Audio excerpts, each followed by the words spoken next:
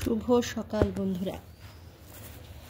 আজকে একটা বিশেষ কাজের জন্য এলাম। শরীরটা ভালো নেই, কালকে খুব ঠান্ডা লেগে গেছে, গরম ঠান্ডার থেকে খুব কাশি হয়েছে, হালকা জ্বর আছে, কিন্তু বাধ্যতামূলক ছাদে আসতে হলো। আমার দুদিন আগেই তোমাদেরকে আমি বলেছি যে আমার ভিডিও পোস্ট করেছিলাম যে আমার কিছু নিউ ভ্যারাইটি এসেছে।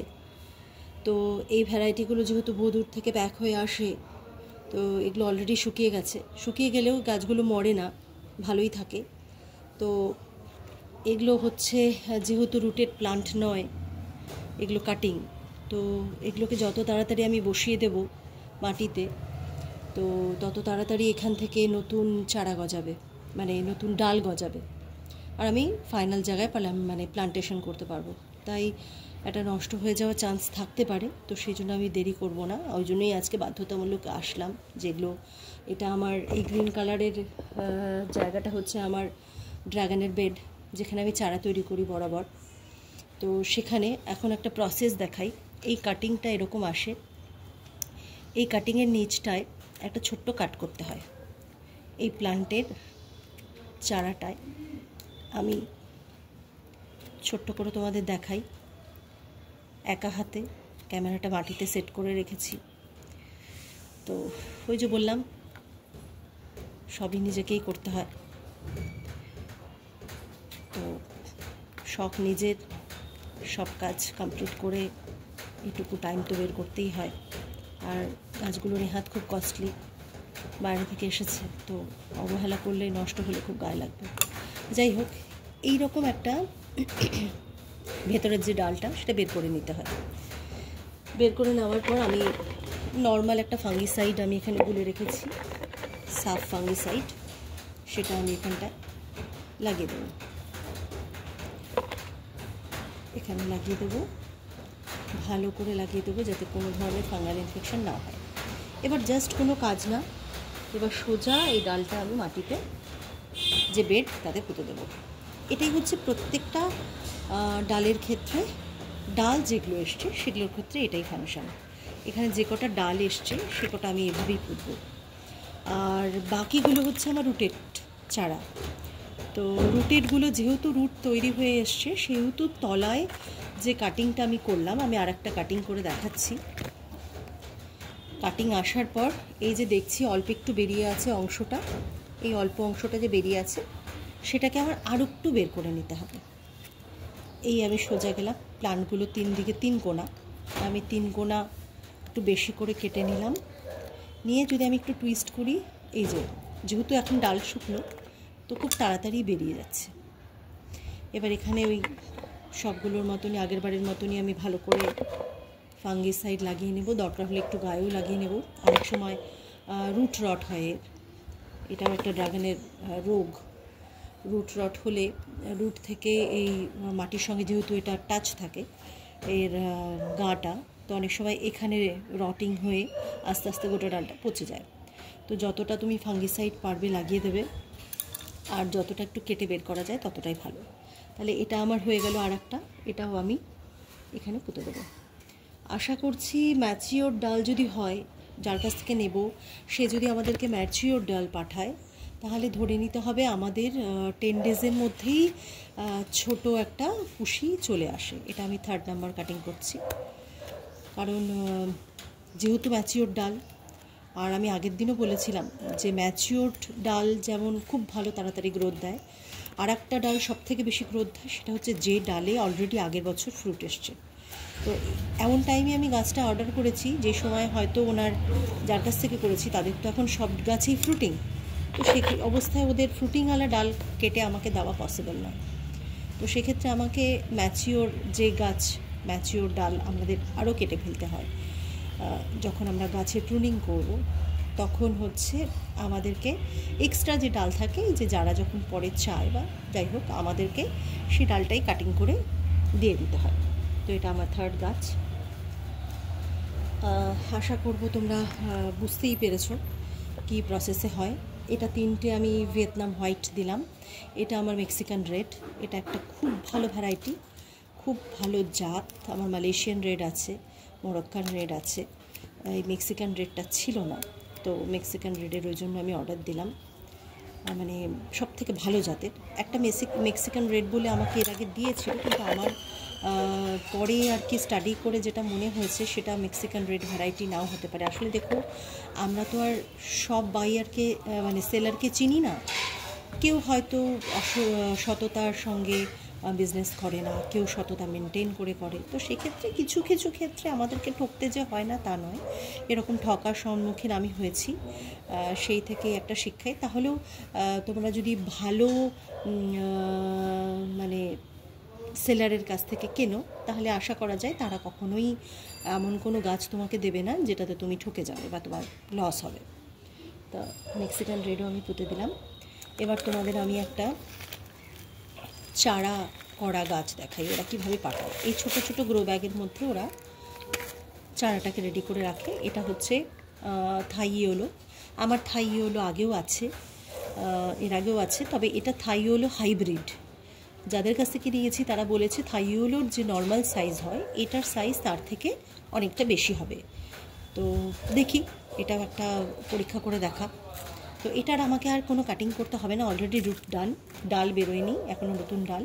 তো আমি এটা পুঁতে দেবো, আশা করা যায় এটাও 7-8 দিনের মধ্যে নতুন ডাল ছেড়ে দেবে। তো আমাকে সামান্য একটু গর্ত করতে হবে, খুব চাপাচাপি দেওয়া নাই, আলগা করে বসিয়ে দিলেই বসে যাবে।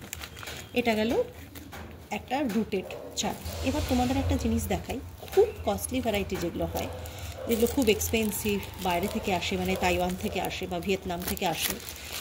এখনও ওখানে সবথেকে বেশি এক্সপেরিমেন্টাল ড্রাগন এখনও ওরা করছে, কারণ ওরাই হাইব্রিডটা বেশি তৈরি করে, যেখানে ওখানেই ফলনটা সবথেকে বেশি।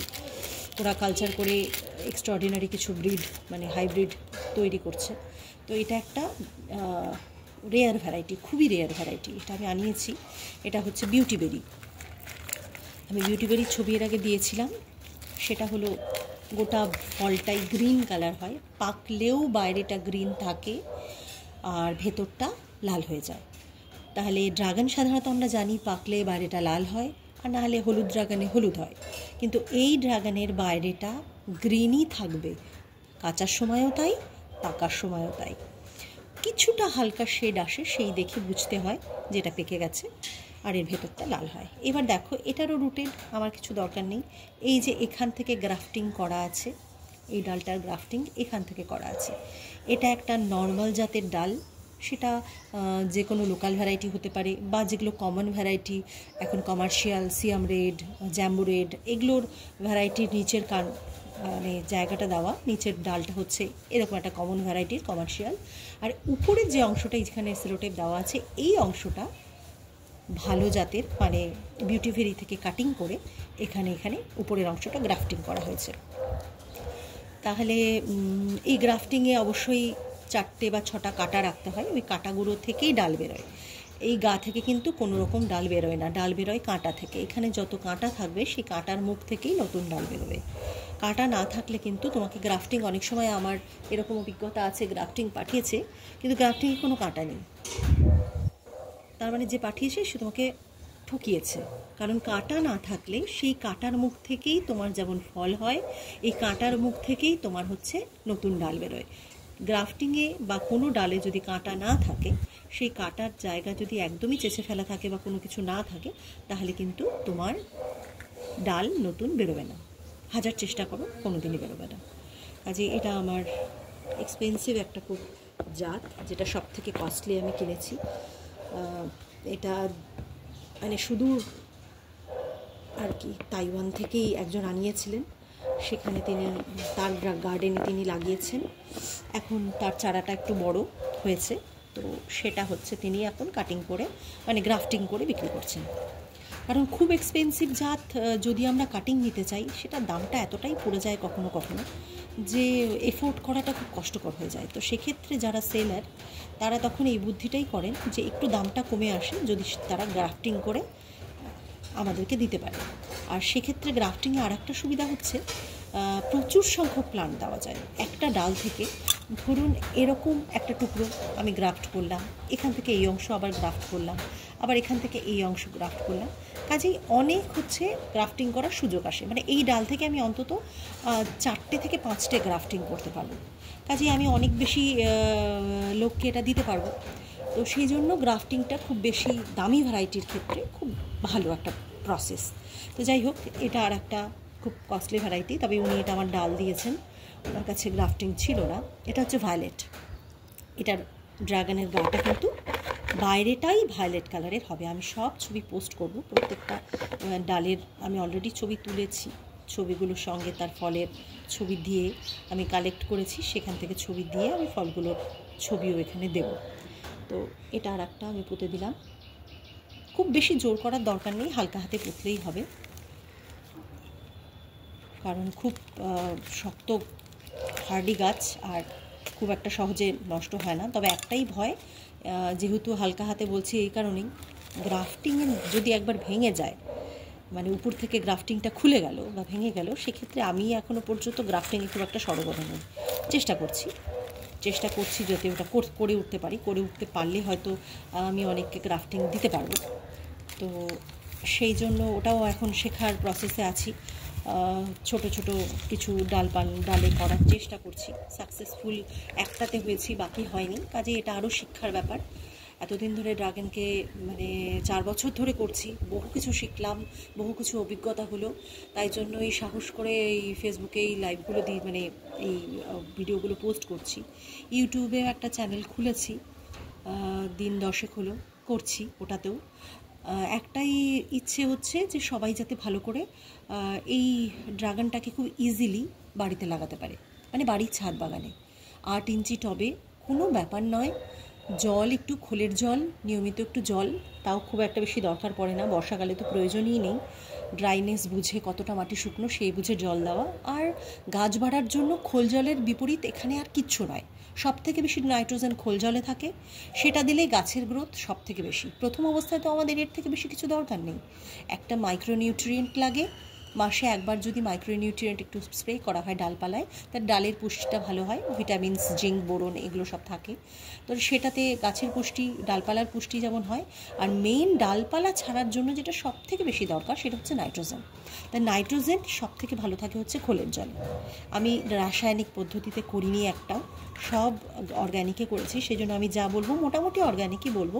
তবে হ্যাঁ, আমি এটুকু বলতে পারি যে সবটা কিন্তু 100% অর্গ্যানিক হয় না। কখনো কখনো আমাদেরকে ফাঙ্গাল ইনফেকশন বা সেই রকম কোনো রোগ আসলে কেমিক্যাল দিতে হয়, সেটা আমি পরবর্তীতে আলোচনা করব। আমাকে এখনও ওই ধরনের মারাত্মক কিছু ফেস করতে হয়নি। সিস্টেমেটিক্যালি ওই যে বললাম, সিস্টেমে চললে সেই জিনিসগুলো কাউকে ফেস করতে হয় না। আমি আস্তে আস্তে সবাইকেই এটা জানিয়ে দেব যে কিভাবে চললে, প্রপার ওয়েতে রুটিন মাফিক চললে তোমাকে ফাঙ্গাস ইনফেকশনের সম্মুখীন হতে হবে না গাছের ক্ষেত্রে। তো যাই হোক, এই হলো আমার সব থেকে এক্সপেন্সিভ হচ্ছে একটা জাত মিভাবো, সেটা লাগাচ্ছি। এগুলোর চারা বেরিয়ে গেলে আমি ডেফিনেটলি এই পিঠ থেকেই সবাইকে দেখাবো। তো এই হলো, আর দুটো আমি পরে আবার করব। আচ্ছা, হাতে সময় আছে, যাই হোক কথা বলতে বলতেই করে ফেলি, নাহলে আবার এটার জন্য অপেক্ষা করতে হবে। তো যাই হোক, এই সবগুলোর প্রসেসই তাই। এটা হচ্ছে ভিয়েতনাম হোয়াইট ভ্যারাইটির মধ্যে আমি বলবো মানে টেস্টি ফল। সাদাগুলো সাধারণত বলে টেস্টি হয় না, আমি খেয়ে দেখেছি ভিয়েতনাম হোয়াইট, সত্যি প্রচণ্ড ভালো ফল। আর ওই যে বললাম, একটা ডিফারেন্স কী থাকে জানো, সেটা হচ্ছে যদি আমরা অর্গানিক পদ্ধতিতে সমস্ত চাষটা করি, এবার এটা কিন্তু শুধু ড্রাগনে নয়, সমস্ত মানে ফ্রুটস, ফ্লাওয়ার সব আছেই, তুমি যদি অর্গানিকটা মেনটেন করো তাহলে কিন্তু সেই ফুলের সাইজ, গাছের রোগ প্রতিরোধক ক্ষমতা, গাছে ফ্রুটিংয়ের সাইজ প্রচণ্ড ভালো হয় একটা রাসায়নিকভাবে করা মানে প্লান্টেশনের থেকে। তাহলে পরবর্তী গাছ আমি দিয়ে দিলাম, আর একটা লাস্টটা আছে, লাস্টটাও করি।